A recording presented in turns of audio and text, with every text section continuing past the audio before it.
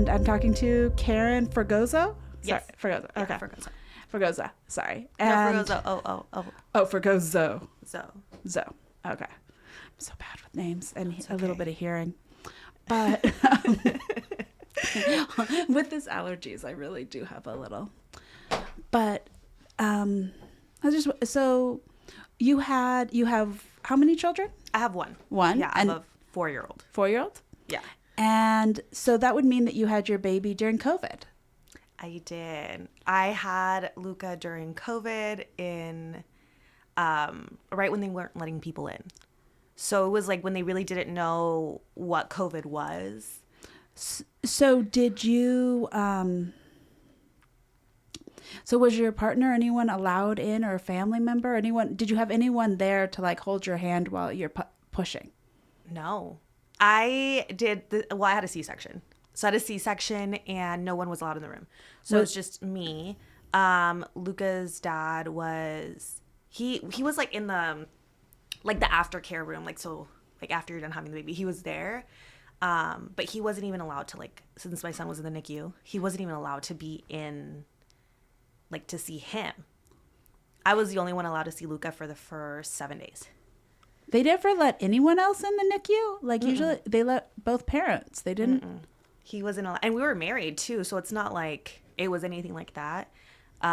He wasn't allowed in the room for the first 7 days. He did see Luca the first day he was born for, like, 10 minutes. And that's, like, you know, when, like, they're stitching you back up. And then my son, obviously, he needed to go to the NICU. So did he do the skin to skin, or was it? Luca didn't do skin to skin at all, which kind of sucked. Because, you know, like, when you're That's your going first. through, like, the, like, planning of having a baby, you're like, this is how I want it to go. It never goes that way. Ever. Oh, my goodness. All the planning. And you get, like, your worst nightmare. All of it. You do. And like, so did you read all the books and like check and plan ahead and do everything I did perfect? all the classes. I did all the books. My ex-husband really didn't participate in like the classes and stuff. I think he was like scared to have a kid. You know, like he just completely like backed away.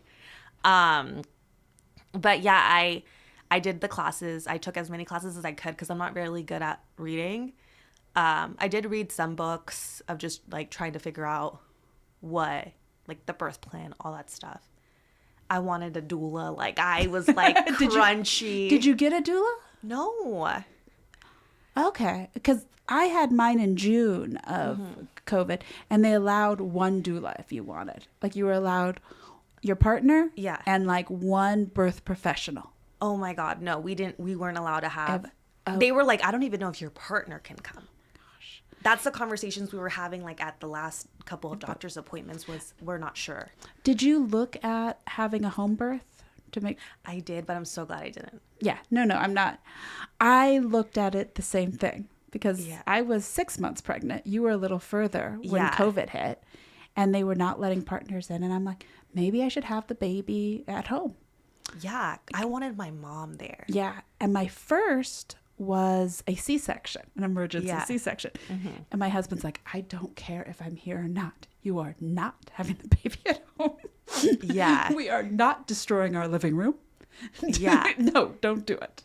No, I literally was like, there's a pull out back. Like maybe we should do this. Like it's something that I definitely thought of, but I was so scared because it's, you know, it's like your first baby. And then the day of, we got to choose to go to Sacramento because I have Kaiser, and we lived in Lockford at the time. So either Sacramento or we can go to Modesto. And we were planning Sacramento the entire time. I was like, we'll just drive to Sacramento. And the day that I started going into labor, first of all, my ex-husband was like, you're not in labor. I'm like, I'm pretty sure I'm in labor. And he was like, you're not in labor. I was 8 centimeters dilated when we got to the hospital. But so they just came out. No, like literally, I had a gut feeling to go to Modesto. And luckily we did because if we were in Sacramento, they would have had to fly Luca out to Modesto to be in the NICU. Because they don't you're have South Sac. Yeah, it's Roseville. Yeah. So yeah, and it's the NICU. Yeah, and that you never know. And sometimes when you're picking a hospital, it's like I don't need one with a NICU, but you never know when your kids need it. And I felt it. It's like that's my first feeling of like mother's intuition, which is like like I know when my kid just like fell off the bed. Like I felt it. Like wow, That's amazing. I've had that, but I don't trust it at all. Oh, yeah. No, I trust mine. Because my mother's intuition told me I needed to breastfeed more than anything. I read all the stupid books. I took all the classes and and I was like, and formula will poison my child. That was mine. And then, well, the doctor's like, yeah, you haven't slept in 4 days. We're not letting you go home. And I think like the media of like prior, like when you're having a baby before, it's constantly brainwashing you that you have to breastfeed. You have to breastfeed. It's also brainwashing that you have to sacrifice yourself for your child. And I don't think they're beginning to come around to maternal mental health. I actually had the OB psychiatrist who committed me here. I interviewed her. Yes. Oh my goodness. Dr. Clark. She's an amazing woman. Yeah. But one of the things, that's what she does. She does pregnancy and mental health meds, psych meds. That's what she does. Yeah. And she said, she's done the, and she said, the number one postpartum complication is suicide. I believe that. I think that's really sad. I'm going to cry. But what makes me mad is that that's not the way they focus, especially after the baby. Yeah. Once the baby comes out, it's like, okay, we're doing these meetings for the baby. You don't really need to. Are you sleeping? Whatever. Move on. Like, yeah. No, like you don't exist. No. You lose like, it's weird because when you're pregnant, you get so much attention, right? Like everything is like all about you. Like everybody's like, mommy, mommy, mommy. As soon as the baby's out, no one even looks your way. Nobody cares. Nobody cares. I felt that one very heavy, but I think like, I didn't even care either. I was like obsessed with my kid. I was like, he's the coolest thing I've ever seen in my life. He's gonna die. Like that was mine. Like I'm like he's like God. That was like really, mentally like he was really that sick. No, he wasn't that sick. No, but that's just the thought. Like I slept with like I did like the research and had like the baby box, right? I slept with my hand in the box so I could feel that he was breathing. I was like sleeping like this on the floor. How do you sleep like that? Probably not sleeping. But yeah. I guess like I heard that I didn't have those worries. I had worries that he would be sad. And I didn't realize that I had been depressed. I had worries that he would feel inadequate and unloved. And I was obsessed with this. And my kid was like 3 days old. Yeah. So everyone's like, why? But that was where I was. But I felt like as much as it calmed me down, there was SIDS and that scared me so much. Yeah. But also, I had read enough that was like, if it happens, it happens. Like, because there is some you cannot convince. Like, they have babies who they have found just for whatever reason, just forget to breathe. Yeah. and that was my fear. But it's not even if you stare at them, you're just going to watch them. Not like, and you can't because you need to sleep. Yeah. No, I was just always scared because Luca, when he came out, obviously he wasn't breathing. We've talked about this. So he was in the NICU for 7 days because of not breathing. So when he got back home, I was just like obsessed with him breathing. And it was part of that. And I'm like, I would tell my ex-husband, I'd be like, you need to watch him so I can sleep. And I didn't trust him. And so I would lay on the floor, like put my arm over him, and he was in the baby box. Like it's like a little cardboard box. Yeah. Oh, yeah. That's the safest way. And then after that, we just transitioned to co-sleeping. And I guess for me is I find those boxes and everything fascinating that the rule for safe sleep is you have to put a kid in a box with nothing. No blanket, no comfort, no nothing. A hard, hard back, not even a soft mattress. Yeah. And sleep on their back. And that's the safest way. Yeah. I think it's the safest because the kid screams all night. Because he's not sleeping. Because he's not happy. And then he only stops sleeping when you hold him. And eventually you pass out if you are like a healthy person. You can't help it. Yeah. No, so we did that. So it'd be like he'd sleep on my chest after a while. And then I started doing a lot of like research on co-sleeping, like how to co-sleep safely. I'm a light sleeper, so I never really had an issue. My ex-husband was not a light sleeper. So I was like, you don't sleep with us anymore. you can go sleep somewhere else. I'm going to sleep with my baby. Yes, like sometimes he'd sleep with us, but most of the time he wouldn't because I was just so terrified. That makes sense. And then I learned that like if you sleep like in a U pose like this with like your knees, it's impossible for you to roll over. Never thought about that, but so I really read the. Oh, I was ready, but because co-sleeping wasn't really something I wanted to do initially, but after I saw how hard it was to like, I'm like, the baby's on the floor, girl, you're sleeping on the floor. I found with my second, because I did not sleep with my first, so they took me to the mental hospital. For the second, all the requirements of the doctors dropped. Like when you see the doctor, like they come around and they go, you know, you need to feed him every so often. You need to wake him up. You need to do all this. The doctor would like look at his thing and go, you need to, no. Look at me and goes, you sleep. We don't care what happens with this kid. Give him formula, give him anything. You sleep. Yeah. And then they looked at my husband and they were like, you are up all night. Yeah. And my husband is amazing enough that he did do the stay up. But he's also human. Yeah. So I woke up, he's about at like 2 a.m. and I found them asleep on the couch. Yeah. And I couldn't be angry. It's like, you're a human. Yeah. Like you can't be up this long. Like I know from me. Yeah. Like, you know, maybe you could take some Coke, but I don't like, I'm like, I know that, but they're going to take that. They do not suggest that with a newborn. No, and literally. he never did Coke. So it That's was like, so funny. Yes. But if you're not going to do that, you're going to have to come in bed with me. You know, just because physically you cannot. Like, physically, like, this is what I learned from the Fun Joy. You don't sleep, you lose your mind.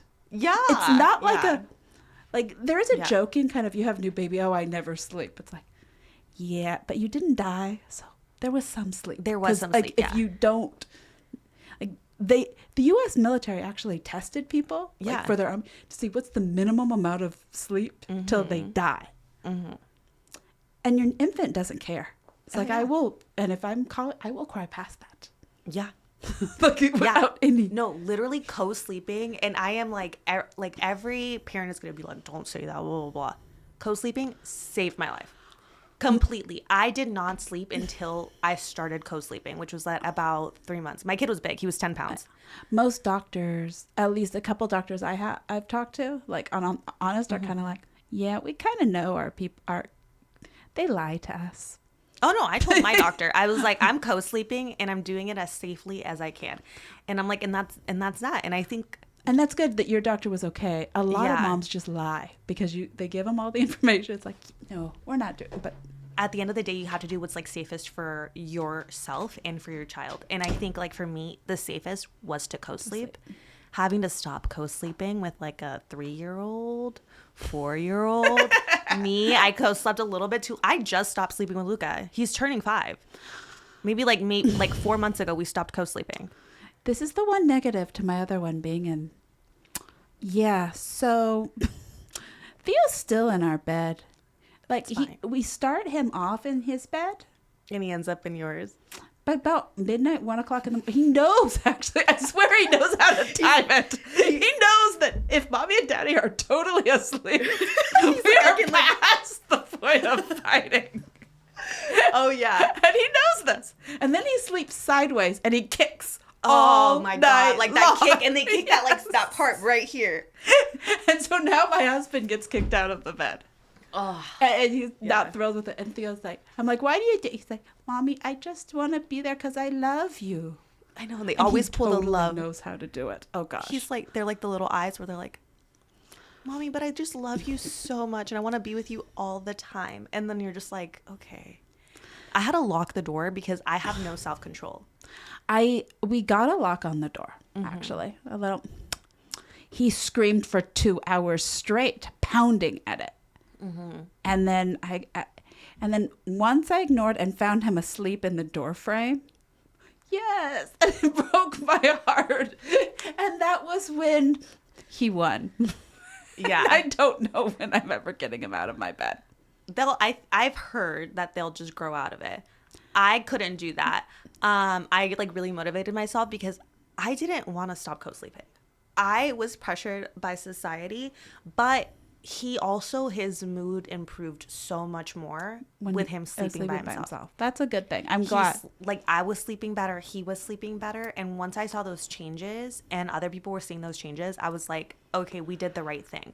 But he does do that thing where like 3 a.m., like slamming on the door. If it's like something like, I don't know, that I feel like is a valid excuse, like, I'm scared, I'll give him like 2 minutes, I'll hug him, cuddle him, put him back to sleep. Theo's always is, I'm scared, mommy. Like every single time he knows. Like that's it. No, I feel like Luca will just fib. He'll be like, oh, like if he peed his pants, of course, I'm going to go change him, change the sheets, whatever. But sometimes I'm just like, no, dude. He'll be like, change my sleep song. I'm like, no, I'm sleeping. I'll just ignore it because I'm like, you kind of have to like draw those lines and I'm make like, him, yeah, no, because I haven't had any boundaries with Luca at all, and I'm paying for him heavy. I don't, but I think that kids choose. Like you say this, I have two, and they're 5 years apart. You know, like, that was not a plan, but that's how it happened. My first, who I was so disappointed, he got formula from Elmo. And he was sleeping by himself by a month, totally on his own. Oh. And I missed him. I was like, my baby. Yeah, you're like I want to hold him. So it hurt, it broke my heart. Yeah. That said, now once I went there, I was like, there were benefits to that. Yes. I was like, this is because it was formula and I didn't get to. And then my second, he was breastfed. So yeah.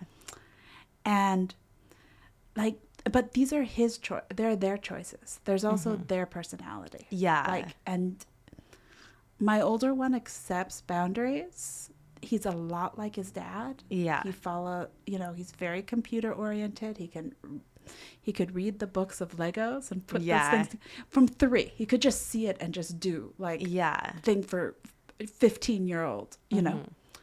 My other one, no.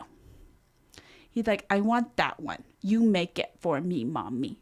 That's Luca. That's how he is. He's like, Mom, you do everything for me, and like I'm the boss. So now we're paying for that. Well, not we, me. Luca is an angel with everyone. He is the best kid. Best kid at school, best kid for his dad, best kid for grandma, best kid for babysitter, best kid overall. Oh, he's so easy. You're so lucky. And I'm like, that kid drop kicked me at 3 a.m. Like we were driving like a couple days ago and he pulled my hair because he's right behind me. He pulled my hair while I was driving. And I'm like, I love you so much. I'm planning the best birthday party ever for you. And in my head, I'm like, I messed up. But we live and we learn. It's our first time. It's my first time being a mom. Kid. He gets a stick or something and pokes the driver, like whoever's driving, my husband or me, always. Yeah. And it's like, and then he goes, I didn't do it.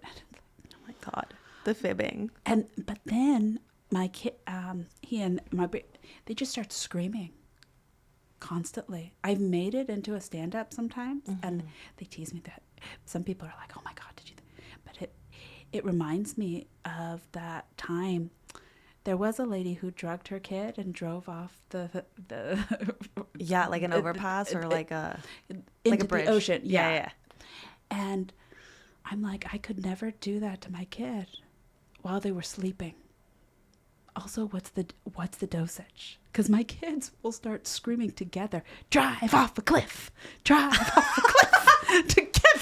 while I am driving. And it's just the two of them. And it's just constant. No, and that's like stuff kids do. And I think like... And they think I'm a much better driver than I am. Like, I won't do it. When I say, I need you to be quiet because I'm focusing and I might crash this car. Yeah. I'm not actually joking. No, I get like super distracted too. So I feel you on that. And kids are... Oh my God. Like, no one talks about how like actually demonic kids can be. They'll do stuff like that and then people are like, no way.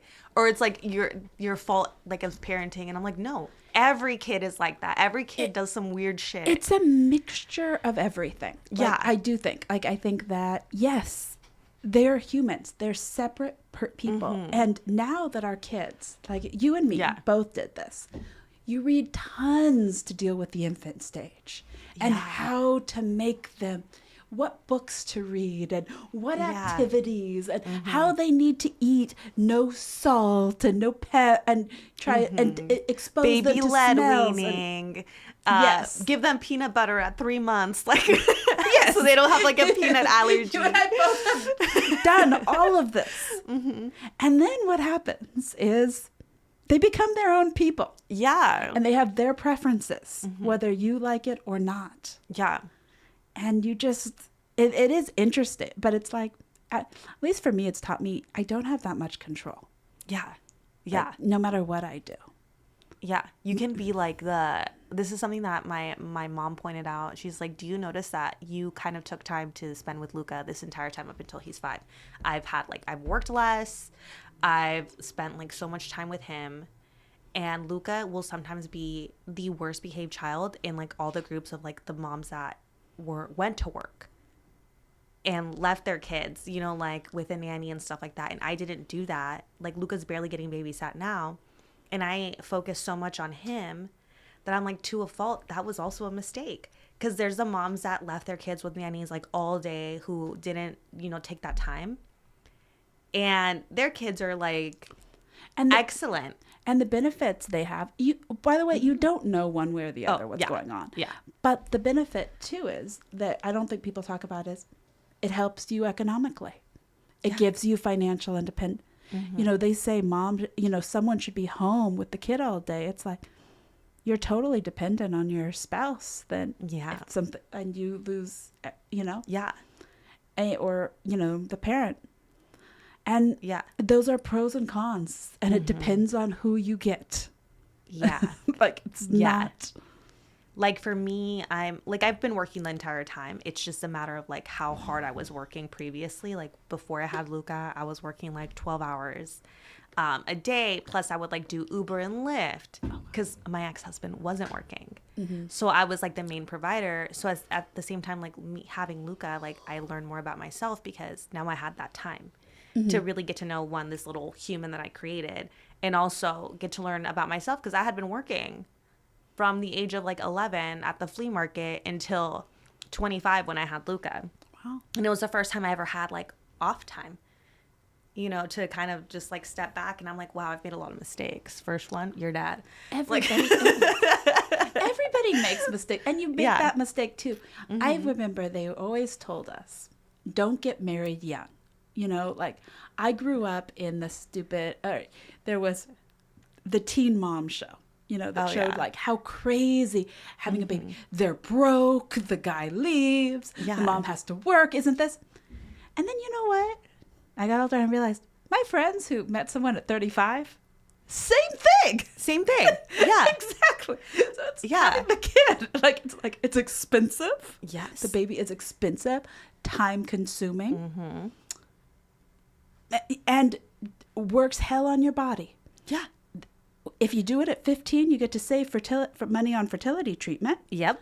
And, you know, you're with mommy your and daddy. body's more likely to bounce back. And you have a healthy parent sometimes to help out too. You're not taking care of both generation. Yeah. I'm weird when I'm like, you know, teen pregnancy. No, I completely agree. And I think about it all the time.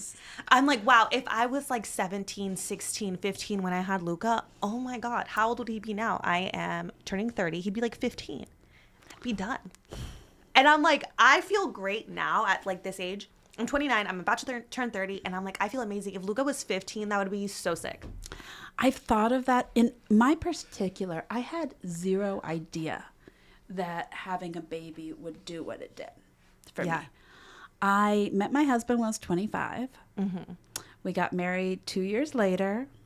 We waited a year, and then we had a baby, you know, and then we got pregnant, and we bought a house and you know, all this stuff. Yeah. And Brent is amazing. I love him more than anything. And then I lost my mind, which, like, I took all the classes. I did all the safe sleep, how to protect baby. Nobody said you could lose your mind. And that's, Like, and the hormones, like, you don't know. Like, they're like, you might get a little bit of baby blues. No. And then I was like, oh, I just have baby blues. They're like, no, you haven't stopped crying in 4 days. That is not baby blues. And I was like, okay, fine. Once I can breastfeed, that'll be my focus.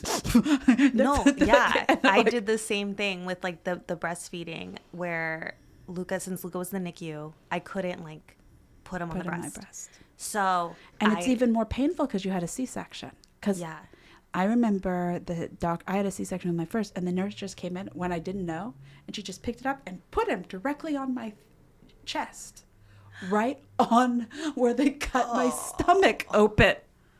Mine was really low. And I mean, it may have been low, but it was. You could feel it. Like, you can't put anything on the chest. It was like the day after they cut me open. Yeah, it's like no. No, I had like a week. Like Luca, I don't think he got on my chest until maybe like day 4. Okay. Then he was like able to get on my chest, but I had a couple days to relax. Yeah. But every 3 hours, dude, from when I had Luca, I set an alarm every 3 hours to pump because I was so obsessed with like breastfeeding is the only way. That's the only way you can do it. And I'm like, I wish that me had me now where it's like, dude, is he eating? Good. I'm like, they're eating, and we talked about this. But you know what I like you saying that every 3 hours?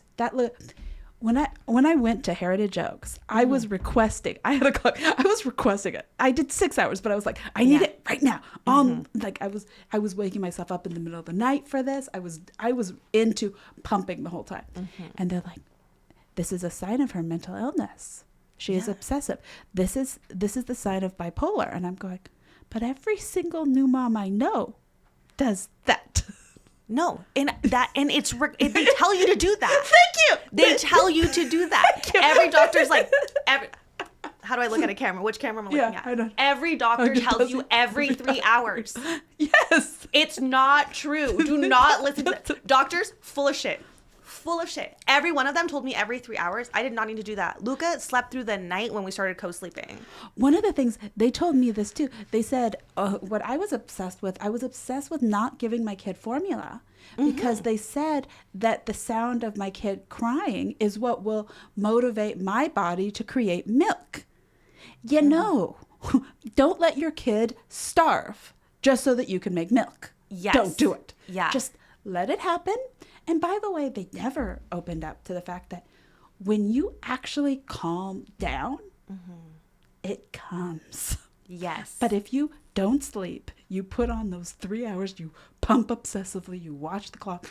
Yeah. My thing was, I had 2 different stupid lactation consultants brought by UC Davis because it was a stupid study, because I signed up for a study so that it got free. Yes, I'm not dumb. It's like, I have plenty of time. I'm a new mom. This is a great thing. Hey, it's free. I should do it. Yeah. I had 2 lactation consultants. Both of them told me the exact opposite things to do. And I was so sleepy deprived. I didn't realize. And Bert's like, yeah, I sat there. I was like, this is impossible. Like, he's like, you were not. Yeah. And so I did all of this. So then I'm up and I do pump. 20 minutes on one breast, 20 minutes on one breast, 30 minutes of pumping, then wash the pump parts. Yes. Then dry. And the thing is, you had to do it without wiping them because the water, it needed to naturally dry because you don't want them wet, but you don't want them wiped. Because yes, I read the stupid thing. This is crazy shit. I was reading all of this. Now, all of this sounds crazy, but my friend who had a baby at the same time was going to the same classes as me. She's like, oh yeah, no, you followed exactly protocol. Yeah. So I had my friend, actually, she came to the mental hospital going, Eva's not crazy. This is what the doctors told her. Exactly. And it's like when you tell someone who is going to take it literally, I wrote all that stuff down. Yes. And I'm like timing it, like I wrote down, I had like my little schedule, checking it off. Because that's what they tell you to do. But I think that doctors just tell you that so that like you get in like a routine and they think, oh, well, they're not going to do it perfectly. But then you get people like me and like you who are like, I need understand. This is a new mom who has no idea. Yes. And then they go, well, don't believe it all, but go by your motherly instinct. And I'm just like, I just got out of the mental hospital. I don't think that counts. Like, and it's like motherly instinct. Like for me, I didn't grow up with like my biological mom. So like I didn't really have that like bond with her. So then I struggled a lot with that. I'm like, what is motherly instinct if you don't have that, you know, I think bond? that motherly instinct breaks, and I think that it's sometimes an excuse to cover up a mental illness or an issue that we don't talk about. Yeah. My grandmother wrote a book about raising her kids. It's really fun, actually. And Zach, but she talks about having her first and being terrified she was going to drop it on the cement floors. I feel that one. She was so scared. She goes, I developed a high fever and it delayed me leaving the hospital for 2 weeks. And then no other mention. I'm going, that's probably some sort of postpartum that they didn't know what to deal with in the 40s. Yeah. This was like 43. So, but it's like, and then my mom, the story of love, that after I went crazy, she doesn't say anymore. But like, yeah, she said this. She would always tell the story that when I was born, she stared at me all day in my crib, convinced I was going to be kidnapped. Oh my God. And she stopped sleeping. And her mother, who comes and goes, when will this worry ever go away? And her mother, you know, she goes to her mom, and her mom gives her a hug and says, never. And it's like, it does. You do eventually sleep or you die. Yeah. Like, it's not that level. But it was just kind of, it was always told as a story of love and motherly worry. Yeah. When afterwards I'm like, no, that actually you might have wanted to. I mean, in the 80s, they weren't going to deal with postpartum either. Yeah. But it was like, yeah, that was something that was more than just motherly love. That was extreme anxiety, whatever. If you're not sleeping and you're staring at them for days while they're in a crib, there's something else is on. Like there's some sort of disconnect. But I feel that like with your mom, like that's one of the reasons why I didn't want to stop co-sleeping. Because I had Lucas sleeping on his own at like 3. And in the middle of the night, I would get up. And I would grab him and I'd put him in my bed. And I'm like, because I was like, someone's going to kidnap him. I couldn't sleep without him. And also, though, if you were single by then, it's also nice to have someone. Yeah, someone like laying next to you. Yeah, my aunt, she divorced both of her husbands like shortly after her kids were born, and they were used to co-sleeping a little, you know. And she worked long hours, so like that's when you can see your kid too. Yeah, and then you just like want to like snuggle with them and stuff like that. But like it just became like, well, one, they get big. Luca's huge. He was 10 pounds when he was taken out of me, so like, dude is gigantic, and then kids kick. It doesn't matter if they're big or not. My little one is small, but he sleeps sideways. Yeah. Never, like, no. Yeah. And so. Or, you know, when, like, they get up and they're, like, half asleep like this, and they sit up and they go bonk and then just hit you right in the nose, like, with their big old heads. And I guess, like, my little one, that's really weird to me, the one that I did breastfeed, he's not cuddly. He wants to be in bed. Like, even when I would hold him, like, you know, you do that, and you think you're going to nurse. If I put my hand, he'd move his hand. It's like, no. And he could talk by, like, a year and a half to, you know. He'd be like, mommy, booby, no cuddle. No, my kid's a huge cuddle bug. But my first, who was formula fed, he's a cuddle bug. Aww. He likes to hold. Yeah. And it was just, it's like, oh, I guess that's. Like, when you, I have a quick question. When you stopped breastfeeding, did you get like the SADs, like really like? Okay. So I should probably go into this.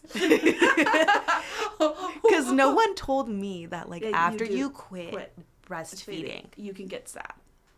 The feeling, I don't think I felt like real postpartum until after I quit breastfeeding. Oh, wow. It was, or at least intensely. Like I had like the baby blues. So were you crying? Or like... I was emotional like crying. Like everything would be like something very small would be like the biggest thing. But mostly I just felt like so sad and like down and How depressed. old was he? He was almost 2. Okay. So we had stopped breastfeeding and then he got COVID. And then so we started breastfeeding because of the COVID. And then once he was like done with COVID, you know, I quit breastfeeding again. But he was like right about to turn 2. Okay. And honestly, if I didn't get pressured by society, I would have probably still been breastfeeding. Like, I have mostly weaned at this point, but no, it's bad. My kid's almost 5, so. Yeah. But, and people are embarrassed about that, but like my therapist who works just with postpartum, she's like, oh yeah, moms keep it a secret, but sometimes do till 8, not. But yeah, it's a comfort thing. The only time he's been asking and I've been like, no, but the biggest thing that made me was like when he was like 4 or like 3, I'd be on the phone, Mommy, I named your boobie right now. Like once they start asking for it, it's so funny, and like you're like, I need to stop. Like, Mommy, and give me your good boobie, not the bad one. He's a little. But look at Chi-Chi. Lucas still asks me for Chi-Chi. He hasn't breastfed for like 2 years. My meds. Okay, so that's good because mine still asks. Yeah. My the side effect of the med I was taking when I was pregnant and breastfeeding, the side effect was it made me lactate. Yeah. So when he was about 2.5 or so, my husband and we finally decided to do overnight to try and like wean. Yeah, yeah. And the idea is he's going to lose interest. No, he had memory by then. But it was our first night on our own. 4 hours later, I was so engorged. Oh my God. I looked like Pamela Anderson. I mean, huge. Yeah, yeah. I took a picture because they were never going to look that good ever again. Yeah. Like seriously, and they don't. They don't. Like they're like a much slight. Like they're it's like no. That there's no relation between anything I look like now. Mm. But so I took a picture. But it's like it's been 2.5 years. Yeah. And this happens in 4 hours. Mm-hmm. That was my. And what they were telling me, the doctor said you have to wean your child before you switch to the other med. You know, and you have to go. Yeah.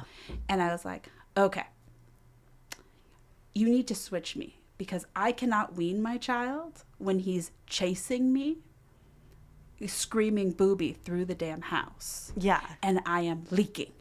Yeah. Like I am giving it to him. Yeah. My mental state. Yeah. And that's a side effect of Risperidone. It was interesting. Oh but yeah, goodness. I had a full, I pumped and I could fill an entire mini fridge in like a day or 2. That's crazy. I just had like the normal amount. But then even now, like when kids cry around me, like my boobs hurt. They hurt. I'm like, am I going to like lactate right now? It's been like 2 years. 2 years. I don't know. But yeah. And I was but it was shocking to me how much. And it was like, the breastfeeding, like it was that part. The one thing that angers me still to this day, mm-hmm. I mean, I was off and on. It took me 2 years to get my brain together after my first.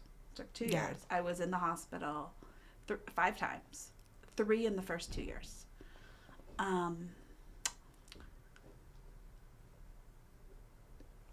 They gave me Risperidone. Mm-hmm. And then they took me off because they saw that I had milk and they were trying to dry me out. Yeah. If they had just given me Risperidone, which mm-hmm. worked perfectly fine, I could have breastfed and the whole thing would have been over. Yeah. And I wouldn't have fought anything. I would have doubled my medication. Yeah. I was only fighting it because they're like, but your mental health is more important. I'm like, you liars. I read all the stuff. No, breastfeeding is more important. No, because that's what they make it sound like, and it's not true. And like if you're able to, that's amazing. But if you can't, it's okay either way. Your kids are fine. My kids, honestly, in health, are the same. Yeah, like it doesn't. But I was thinking, they gave me that stupid line. Did you get this line? Well, I'm not sure if you had to do it. They always told me, it's like being on an airplane. You put your gas mask on first before you give it to another. Yeah. Yeah. Screw that. I was pregnant and I was yuppie lady pregnant. Yeah. No, it's like I will give my kid 3 gas masks and I will hold my breath. That's what I did for pregnancy. Yeah. So like for me, like I also was so focused on doing everything right on the pregnancy. And Luca was not breathing when he was born. And it doesn't matter what you do. It just happens. It just happens. I was 25. Even like with just having kids, you're like, everybody's like, get married first. I was married at 21. Wait a couple years before you have a kid. I had my kid at 25. And by 27, I was already divorced. Or 26. If you didn't do the divorce, you'd make a good reel for Facebook reels. Like, look, I got married then, and see my seven of my 10 children, and we got our 4 houses. Yeah, no, I'm like, it does not matter if you do every single thing right. It's not gonna necessarily work out how you want it. Am I the happiest I've ever been in my entire life? Yes, I'm glad. That's good. I am so much more happy outside of that relationship and just co-parenting. That's wonderful. I'm like, I get a mini vacation from my kid. Not everybody gets that. I get like 2 days off to like kind of reflect, think about what I'm doing for the next week, plan out activities for my son. Like I get that time too, but I also get time to go do comedy. I get time to go party if I wanted to. I'm like, yeah, it's Friday. Oh, yes, you are a stand-up. This is how I met you, a stand-up comic. So how do you like that? I've been kind of taking like a hiatus because I hate driving right now. I've been working on my farm, working on my chickens. I've building chicken coops, mowing lawns. Cool. So yeah, just kind of been taking like a little break, but I'm writing still. I've been writing a lot. I'm going to be on Dress to Kill in a month, I think. Cool. Next month. Yes, I should put that in. Yes, Dress to Kill. Punchline. No. It's not Punchline. It's the one in Arden. Is it Callback Bar? What? It is Punchline. It is Punchline. It is over in Punchline. Arden Arcade. Yes. Is it? Dress to Kill. It's a great show. Anyone should go. Yeah, Amy is the person. And I guess for me, like, I do think of, like, I was, like, fully focused on the pregnancy. Like, my doctor, I got asthma. I have allergies right now. Like my, I went off all meds while pregnant. Because they tell you. Actually, mine didn't. Oh, yours didn't? I chose that on my own. You're telling me that there's a 50-50, that you don't know? Yeah. I'm not taking anything. Yeah, because you get scared. The books are don't read. Stop reading. So I took mint tea. I drank a ton of tea because I'm like, that's gonna fix it. Just keep. Yeah. And took a bunch of showers. Finally, yes. That fixes me too. Like when I'm having a really bad day with Luca, like I'll take like 2 showers in one day. Well, like the steam does help you breathe a little bit. Yeah. Not fully, but it means you not like die immediately. Yeah. So I go to my OB. And this was before I was even high risk. It was because at first I wasn't high risk. I do the OP, and she's like, I'm like, she's like, that sounds bad. The breathing, and I'm like, it's fine. I will make it better. Don't worry, I don't need anything. So she gives me the stupid test, the test of how much breathing. She's like, you're down to 20% air capacity. Oh no. And I'm like, okay, I can hold my breath for another. I only have like 5 months left in this pregnancy. Don't give me drugs. I can, wait. Yeah. And she looked at me and she's like, you do know when you don't breathe, your baby doesn't breathe. And I went, oh. I know that sounds obvious. That makes sense. Yeah. Yes. You're like he's taking that 20%. He's my parasite on me. Yeah. Like if you lose the host, you're dead. Yeah. So that was when I started. I started taking an inhaler. Yeah. But that was how I was the entire pregnancy. I was cutting out everything. I did start eating food. Yeah. Because they listed the things that could be bad and where things were. Yeah. And I can't live on steamed spinach. Was from the list of everything that wasn't genetically. That was like the only thing that was safe. Steamed though, no fresh because there could be like parasites. Yeah, there could be like listeria or whatever it's called. Yes, I did. Oh, I took it seriously, and then I just went, oh, I'm hungry now.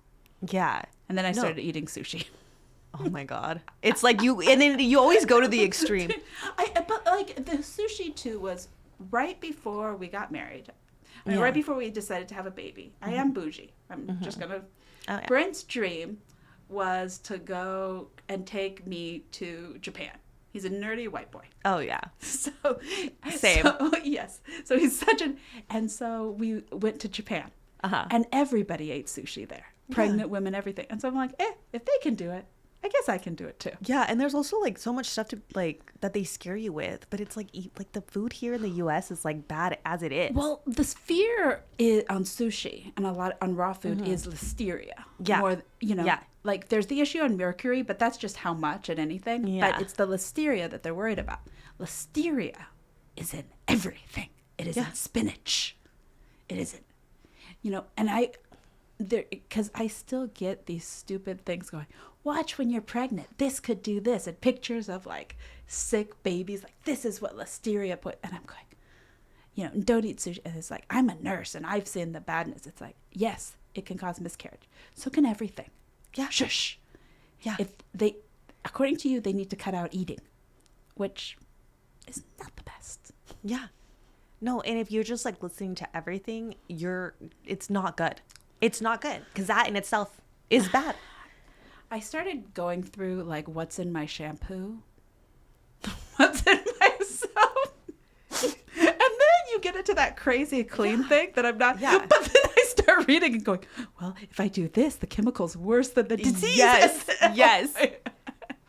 Dude, right after I had Luca, because he wasn't breathing, I said I had those little like lavender like smelling sticks so that you're not nauseous. So it's like the lemon one, the lavender one. I got obsessed with the lavender one. I love the smell of lavender when I was pregnant. And I was like, because I was sniffing so much lavender, that's why Luca couldn't breathe. And I had that in my brain for like 2 years. I was like, it was my fault because we need to take it as our own. Yeah, I was like, I basically should have been smoking cigarettes. Like, it was the same thing. Those little, like, boom, boom sticks that you just sniff, like, essential oils. I was like, because of the essential oils, my son couldn't breathe. Makes sense. I know. It's insane. But we want control, and we want to think we can have it. Mm-hmm. One of the things I don't think people realize is, like, when you have a kid, no matter if you do everything right, there's so many chances that your baby's going to end up either not alive or extremely disabled. Yeah. And I have seen it. And it's funny because in my support group, like, because everybody's on meds. Most of them are on meds. Yeah. And I would watch the ones who had lots of meds have healthy babies. Mm-hmm. And I'd watch the ones who had no meds, sometimes not. Like, it's a 50-50. It has no connection, like people. And I mean, I think of like my aunt, she smoked through both her pregnancies. Mm-hmm. Her kids became big. One's a big basketball player and now is a doctor. The other was a big football player and they're fine. Yeah. And they ended up in NICU too. Like their lungs did collapse. Yeah. Like it wasn't good at first. Like there's some issues. Yeah. There's like Like my mom's like, she's like, well, we didn't know then. I'm like, you did know by 81. And since this was your second child, you did know. You did. Yeah. But the thing is that what I like about but people and stuff is with her and she needed it to survive. Yeah. One, if you are addicted to cigarettes or alcohol or any of these things, you can't go cold turkey while pregnant. You will lose the child. Yeah. 100%. 100%. So you have to balance. And that's what we do. That's what everyone does. Yeah. And and in the 50s, everybody drank and smoked and, and had their babies on formula. And some were healthy and some were not. Yeah. And I think it's the same now. And it doesn't matter like how restrictive you are. You might have an unhealthy baby. I know. I have a friend whose baby is born very, very disabled. Mm-hmm. And they were looking for the reason. And she had cut out everything. Mm-hmm. But the one thing she had a craving for was Kraft macaroni and cheese. And so her partner was like, that's why the baby. And it's like, okay, there may be some kids. There's not that. This particular is so horrible that people would tell. Yeah. And it's not 100% you're going to get. Like, yeah. Things happen. Yeah. And I think like a lot of men think that they have nothing to do with it, but they do. I'm like, I think now if I have another kid, which I really doubt I'm going to do this again. I love being a mom. I love Luca so much. This journey has been traumatizing. Just keep doing it. It eventually gets better. And my cousin's found now that she's having her sixth, that's all going to be great. Her sixth? Oh my God. Bye. She has my dream. I'm actually going to She's like her homesteading. Like no, six. She had 5 in 5 years or 6 years. Ooh, okay. So her youngest is 18. Mm-hmm. And now in her 40s, she's having her sixth.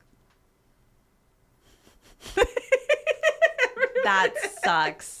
Starting over. See, I was like, I would have been fine if Luca was like 2, 3, like, and then I had another baby but not with his dad. Like someone. You met somebody. Like I like fell in love or something.